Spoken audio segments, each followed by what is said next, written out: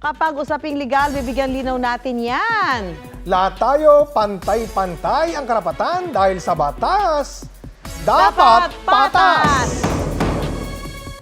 Mapausaping pera, ari-arian, pamilya o personal na buhay hanggang mga usaping panlipunan, hihimayin natin yan para patas. Sagot tayo ng new gen of experts basta usaping legal.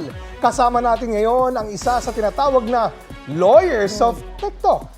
Nagbibigay siya ng mga free legal advice online. Please welcome Attorney Sam Andit.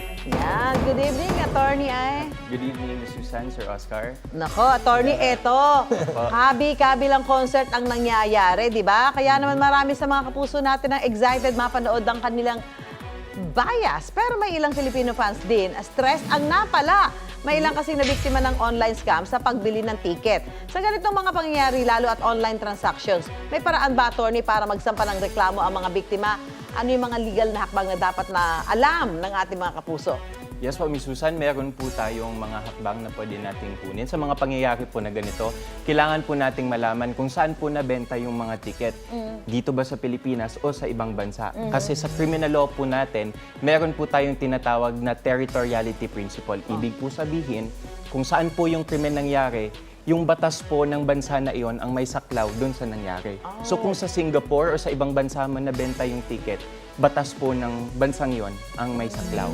Pero pag dito naman po sa atin nabenta, yon mas may chance tayo or meron tayong pwedeng i-file. So pwede tayong magsampa ng kaso ng estafa o panloloko o pwede din sa violation ng Cybercrime Prevention Act of 2012 or RA 10175. Ayun. O ito, attorney, ito hindi na bago sa atin yung ticket scalping o yung tinatawag na binibenta sa mas mataas na presyo, no? Yung ticket. Ito ba, krimen ba ito? May pananagutan ba yung mga magbibenta sa'yo ng ticket ng, ay, minsan talagang kamamahal, eh. Oo, narinig ko din yan. Binibenta nila ng times 2, times 3 sa presyo. So, currently naman po, wala pa naman po tayong batas na nagbabawal dyan. So, legal naman.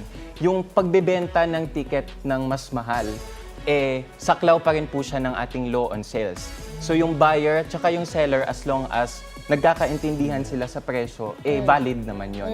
Yung bawal po sa atin, if yung mga transaksyon na yon ay may kasama ng panloloko, kagaya sa pagsascam. But, kailangan din nating tandaan or magandang matutunan natin na kahit dito sa NCR, may mga cities na tayo na may mga ordinansa na binabawal yung ticket scalping. Example, Quezon City, may ordinansa na sila. Bawal na yung mga So, pag ganun, bawal na siya. scalping. Sa Quezon City. Attorney, sakaling mahuli o nahuli o mahanap ang nagbenta ng ticket, anong damages ang pwedeng i-claim? Pwede rin bang habulin ang nanloko sa gastos ng sanay biyahe papunta ng Singapore? Kumbaga may mga damages ka ang pwedeng kuhanin, habulin? Sa usapin naman pong damages, Miss Susan, yes, meron po tayong mga tinatawag na damages, no? So, ang isa sa mga naririnig natin talaga is compensatory and actual damages. So, kasali na po doon yung price ng ticket, yung price ng airfare, pwede din po yung accommodation. But kung sakali man na nasampa po natin yung kaso, pwede din tayong humingi sa judge ng tinatawag nating moral damages, pati exemplary damages. Yung moral damages po, para po yun sa sleepless nights, kung hindi man nakatulog yung, diba, sa stress na pinagdaanan niya. Yung exemplary damages naman po, para maging example siya sa community na wag na natin gayahin. Bravo, ready ka na manood, tapos hindi ka pala matutuloy dahil na-scam ka pala, di ba, Yes attorney? po, Pero syempre, kailangan dito, pagka magaganyan ka, kailangan may lawyer ka talaga, may abogado ka. Kailangan talaga siya kasi pag na-file na siya in case. Tsaka, tandaan po natin, hindi po guaranteed ito. I-raise po natin siya sa korte at yung judge po yung bahala na magbigay nito sa inyo. Mag-determine, okay. Maraming salamat, Attorney Sam. You're welcome po. Mga kapuso, wag basta-bastang makikipagtransaksyon sa ganito. Baka ang dream concert na gusto nyong mapanood, mauwi sa bangungot. Dito sa Dapat Alam Mo, imay natin na may init na issue dahil sa batas, Dapat Patas!